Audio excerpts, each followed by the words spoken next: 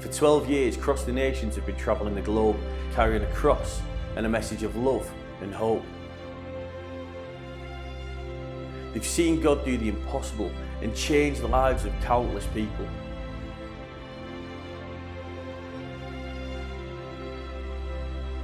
But now it's time to hear the truth. It's time to hear the story of Cross the Nations.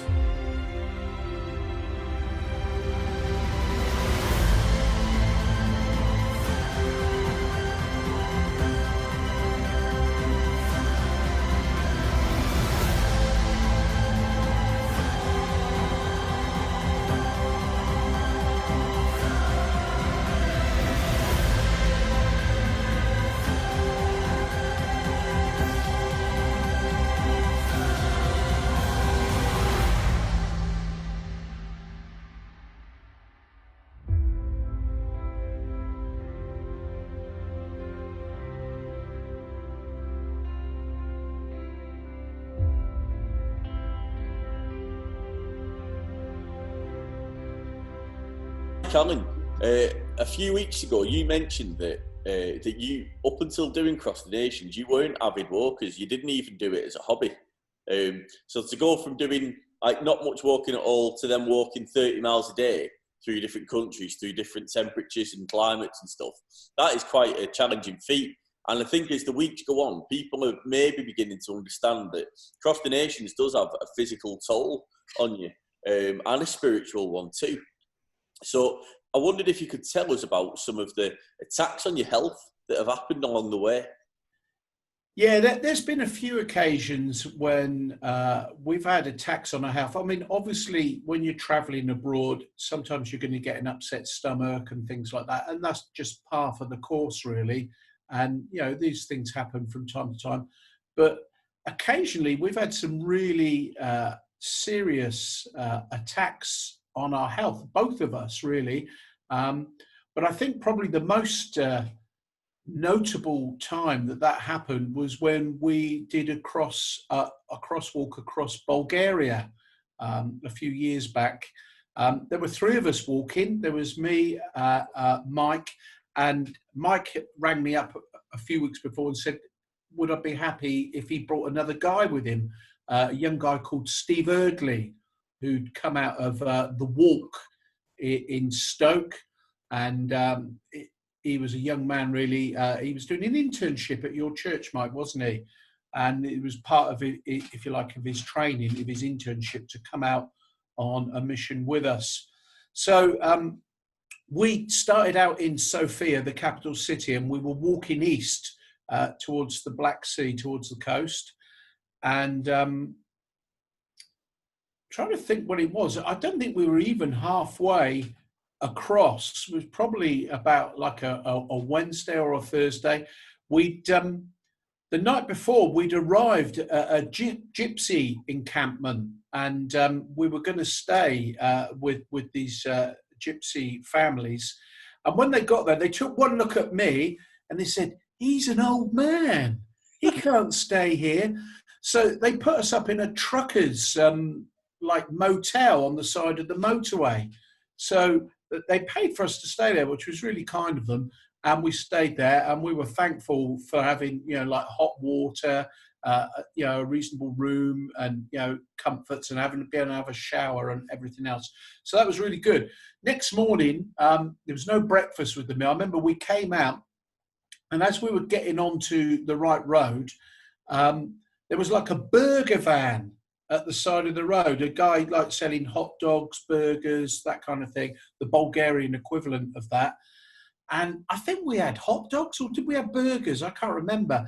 But the fella, like, he wanted to give us stuff for free, which was really kind. He wanted to bless us. And so we all had something to eat. And I can remember it was like a country lane going downhill where we joined a road going through a town, which was kind of running parallel with the motorway. And as we came down, it was kind of like an industrial area on the edge of the town. And I remember walking down, Mike said, oh, my stomach feels a bit funny, and I feel a bit itchy. But we didn't really think nothing of it. And as we came down to this junction, we kind of came on the corner. There was a a guy stood by some factory gates. It looked like it was deserted, like it was closed down. But Steve and I went over to talk to him, and we shared the gospel with him. We prayed with him. And this fella, he prayed in Bulgarian to receive Christ. And so we laid hands on him. We prayed for him. And this guy, like, he was full of joy, excitement. He was like jumping up and down and praising God. And like, this was like, it was quite a mental situation. And we were laughing. And while this was happening, a police car pulled up. So we kind of walk over to this police car, and the guy, he spoke a bit of English, didn't he, Mike? He wanted to know what we were doing, and he wanted to see our passports. Now, the thing was, he took Steve's passport, and obviously he was radioing through, and they had Steve by the back of the squad car.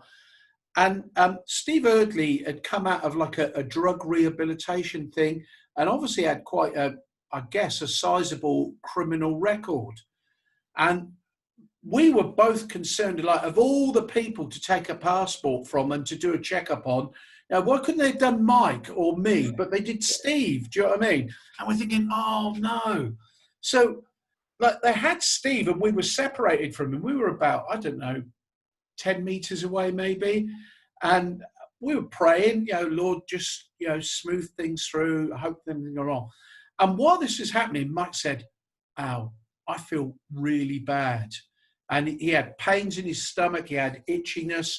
And, the kind of like the colour was draining from his face. And Mike's not one to complain about feeling ill. He's normally one who just sets his face like flint, and he just goes, and like he'd have a blister and you wouldn't know, he wouldn't tell you. He'd be feeling unwell, he wouldn't tell you. So if Mike's saying he feels unwell, he's pretty bad. So I'm praying for him. So on one hand, I'm laying hands on Mike, praying for him to be healed. And I'm looking over at Steve, praying for Steve that the police sort out. And then another police car comes, and a more senior officer comes, and he's English and he wants to know what we're doing. And apparently one of the bylaws in Bulgaria is you're not allowed to do like open air preaching without permission from the local council. And he was saying, have you got permission to do this? And we said, no, but we're walking. We're trying to explain, we're walking. We're not standing around preaching. And in the end, he said, okay, you're free to go. You carry on. So we started walking, and Mike was feeling really bad. So what we decided was, Steve took the cross and he started walking on. I walked alongside Mike, praying with him. And I remember we were going through these fields, and every now and again, Mike would be really doubled over in pain.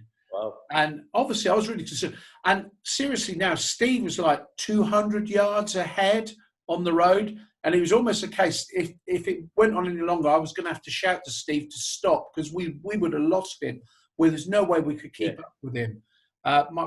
So we're on this road on an edge of a town, and it's going up into an area, I think it's called Montana. It's like mountains. Yeah. And we're walking along. Mike's feeling really bad. And all of a sudden, a car pulls up on the other side of the road, and it's a black guy in there, and he's from the Sudan, of all places, right? And we're in the middle of Bulgaria, in the middle of nowhere, really. Yeah. And this Sudanese guy in a really nice brand new car pulls up and says in perfect English, do you need any help? Do you need any assistance? Wow. And I said, my friend's feeling really unwell. Would you be able to take him to the next town? And the guy said, yeah, jump in. And I'll be honest with you, Mike never takes lifts. He always wants to walk for the integrity of the mission. He was in that car straight away, like hardly even said goodbye. So Mike got in the car drove off, and then afterwards I thought, I don't know where he's going. I thought like it'd be like the next village or whatever. I don't know where he's going. I don't know who the guy is. And the other thing is, we did have a little bit of money, but Mike had it all. So me and Steve had like half a bottle of water. It was quite a warm day. I had to run to catch up with Steve and explain what had happened. And we carried on walking. So then, meanwhile, Mike has just gone off in the car. So what happened next then? Yeah, we don't normally like to be split up as a team. No. Because that can complicate issues. As Alan says, we don't always have money on us. And this Sudan guy called Suni, that was his name, and he, we thought he was just going to be like the first village that come along. There'd be a cafe there. I'd get out, go to the toilet, maybe feel a bit better over the period of time. But we went past about 10 villages, and we were still driving. I don't know, we were probably about 15 to 20 kilometers up the road by the time we found a little square with some cafes around the square. And that's when I got out of the car, thanked him very much. But as I got out, he drove off. As soon as I got into the fresh air, I felt quite dizzy, like I was going to faint. And I thought I'd better quickly get over to some seating area. And there was a little bit of seating area just outside this cafe. I sat down on it. Waitress came out. I thought I'll order a couple of big bottles of water, try and flush this through, whatever it is. So I did that. But in the time that she took the order and then came back with the water, I started, my health started to dissipate. And before I knew it, I thought, this isn't good. I could feel like I was going to pass out. So I took my phone and, I tapped into the translator app. I'm very unwell and in need of medical assistance. But like your phone has a lock on it. My lock usually is 30 seconds, 1 minute. She took longer than that to come back. I remember putting the phone on the table, and the next thing I know, everything went blur and I fell back on the seat. And now I'm looking up like in the sky. I must have recovered to a degree because I remember putting my hand up to my face and realizing that my cheeks had swollen right out, like lumps underneath my skin. I didn't know it at the time, but I was having a serious allergic reaction to something. I don't know what it was. But as I say, I must have recovered to a degree a little bit because I was able to pick the phone back up. And I phoned Alan at that stage. I think I got through to him. I told him how I was feeling. He was asking lots of questions. Where are you? I said, I've got no idea where I am. And I started to come over really unwell again. And I had to say to Alan, look, I've got to go. I can't talk. And then I remember putting the phone back on the table. And then I couldn't. I didn't have the strength to stay upright. And I fell back on my back. The waitress came out. She saw me, brought the water, and she realised, something was not right. I remember pointing to the phone. She must have thought, "What's he doing? Is he drunk? Is he on drugs? What's the matter with him?" But she tapped the screen of my phone, and the message came up. I don't know how that happens, or whether that should have happened. But she read the message, went back inside. I saw her on the phone. She tapped in a number. She was ringing somebody. I assumed it was an ambulance. Later on, I found out it was an ambulance, but the problem was we were up in the mountain and ambulances don't normally bother coming out. Very rarely they bother even to come. And that ambulance in particular was never going to come. So I'm laying there. It's not feeling good, I have to say, but usually at a time like that, when you're swelling right up, if you know about anaphylaxis and how it works, you only usually have about a 20-minute window before you're in real trouble. And so I'm laying there thinking about that's probably what's going on with me. But at that point, when I should have panicked and my body should have gone into panic, it was like someone had thrown a blanket of peace over me, like a blanket just came all over me from top to bottom. I felt this tingling feeling, this amazing peace came all over me. And I have to say, I wasn't one bit afraid. That's not, I come from a long line of warriors. My dad was a warrior, panicker, warrior. And so I think that would have been my natural reaction if this hadn't happened. And that would have been detrimental to the whole experience of what was going on with me as well if I had panicked. But I couldn't panic. I wasn't afraid. In fact, I remember thinking, and this is interesting what's going on with my body. I'm looking down at my arms. I've got all these hives that have come out, and I'm itchy all around my stomach and all down my arms, and my feet are itchy. You know, everything's itchy. I've got this swelling going on in my face. Yeah, not good at all. So I'm sort of laying there, sort of looking in through the window of the doorway into the cafe to see what's going on. Is she doing anything? Is there anybody coming for me? What's happening? And two guys had walked in. They'd ordered their food, sat down in the restaurant. I don't know how long I was there just watching for. It could have been 15, 20 minutes. So, and all of a sudden, one of these guys kept looking round at me. I thought, you know, hopefully he'll come out and realize there's something seriously wrong, and he'll do something about, you know, help me in some way. And it turns out that these two guys, one of them especially, was part of the Olympic judo team for Bulgaria. And he had, you know, a certain amount of medical knowledge, and he could see that something very seriously wrong was going on with me. And next minute I know, you know, their food had come, they'd left their food, hadn't eaten it.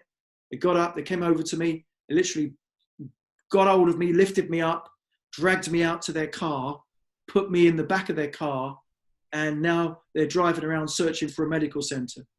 They're not from this area themselves, they're just passing through. So they don't know the area any more than me. We're looking for this medical centre, they're stopping, they're asking. And I would say probably about another 20 minutes now has passed.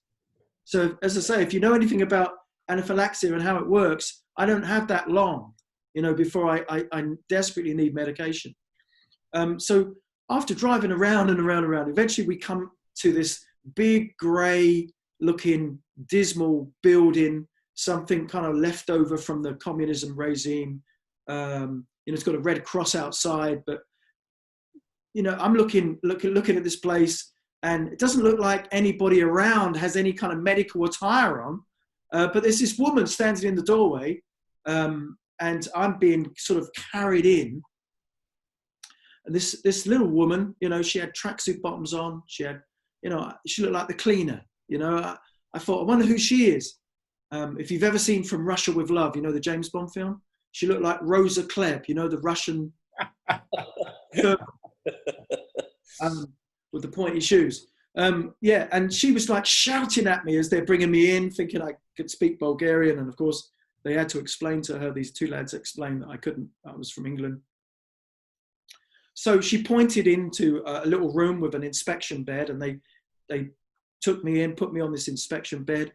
My first observation was this was not a very clean room. There were sort of bits on the floor, dirt all around, and I'm thinking, where am I? You know, where have they brought me? They pushed me onto my side, and all of a sudden a door opened, like in this side of the wall.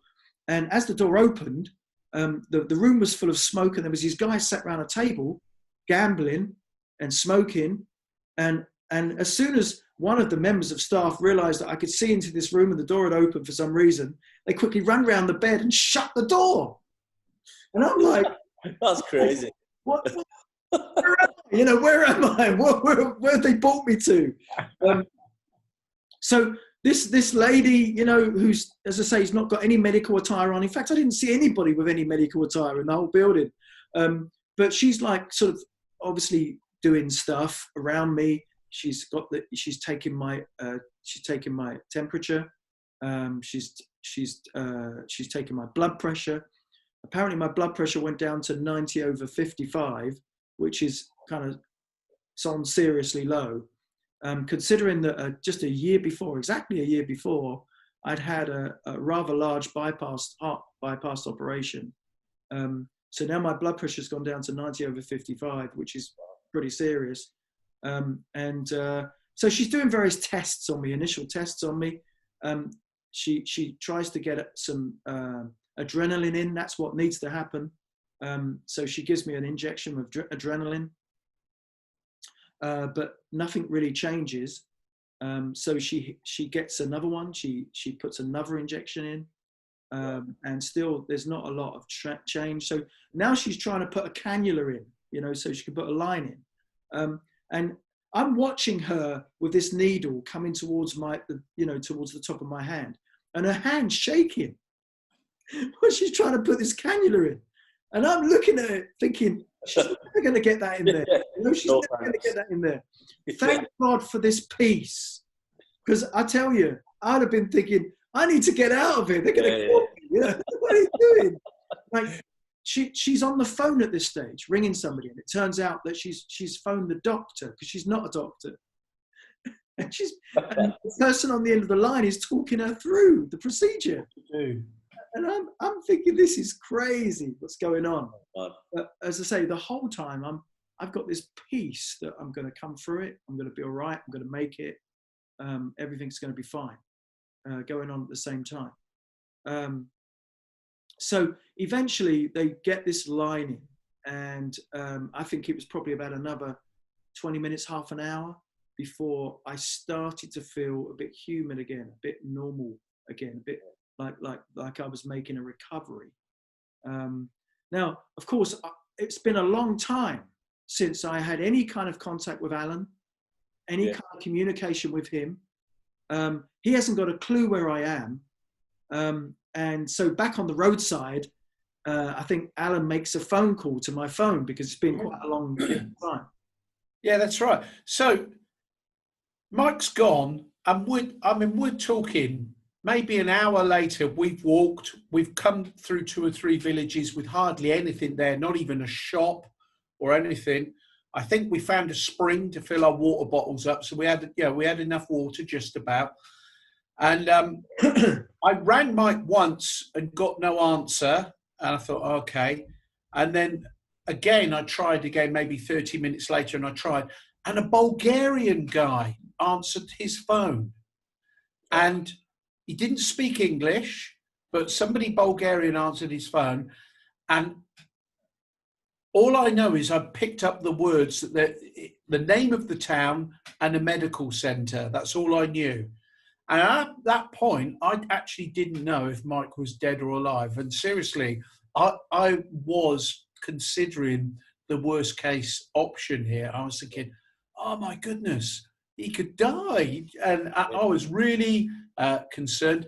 And I think my main concern was, how am I going to ring Sarah, Mike's wife, and tell her, your husband's died at the side of the road? I know I'm laughing now, but at the time, I was really concerned. So as we walked on, as we came then to the next village, I started thinking, I need to get to this town, this medical centre, and find a way. And I asked 2 or 3 people, and they, for whatever reason, they couldn't help me. Obviously, there was a language barrier. We're in a really rural area. They don't speak English. They don't know who I am. There's just these 2 guys with a big wooden cross, and they seem agitated, or I was agitated anyway. Anyway, I saw a young guy coming out of his house, and he was about to get in his car. So I legged it down to him. I spoke to him, and he spoke a bit of English, which was handy. And I said, look, I've got a friend I can't remember the name of the town. I'd have to look it up. I've got a friend. He's been taken ill. Somebody's taken him in a car, and I need to get to this medical centre. I said, there's me, my friend, and we've got this cross. Would you be able to give us a lift? And he said, yeah, sure, no problem. This is great. We took the cross down quick again. Didn't go in the bag, just got it in the car as quick as we could. And this fella drove us down. And honestly, I was thinking, how far are we going? We were like a long way away. It was a good, maybe a 20-minute drive or something like that. Thankfully, it was going down, but it was going down the mountains.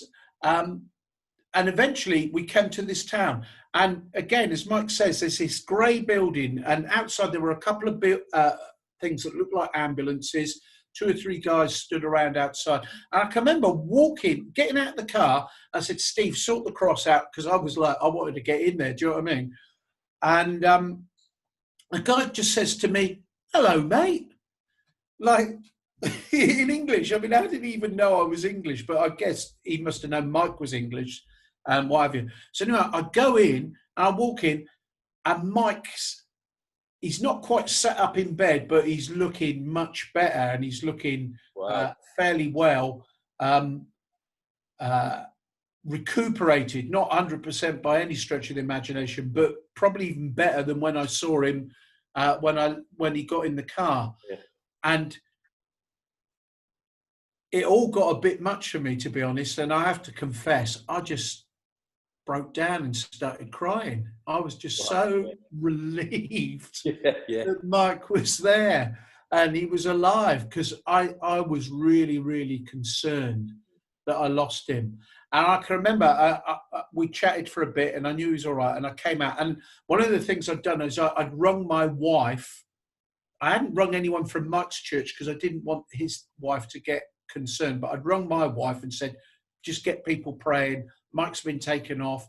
I don't know where he is, but it is really serious. Just get people to pray. And she obviously contacted a few people to pray. So I'm picking up the phone and I'm ringing her. I'm going, he's all right. And I'm crying. And as I'm on the phone telling my wife, yeah, it's all right, stand everyone down, praise God, he's all right. And I'm crying.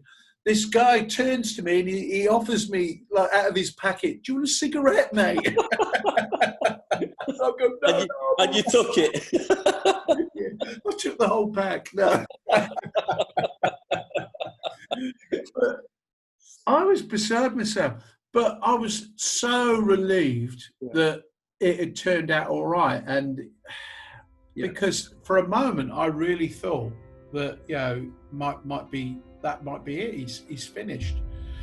Thankfully, that wasn't the end of the story. And like in all these things, God uses these circumstances and turns it around for good, because then Mike, during that whole episode, had a really wonderful opportunity for God to use him to speak to others, didn't you, Mike?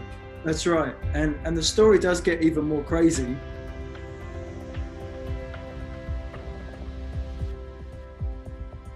Really hope you've enjoyed this episode of Cross the Nations. I hope that it's inspiring you and showing you that with God, anything is possible.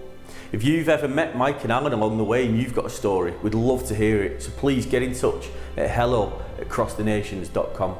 Thanks for watching.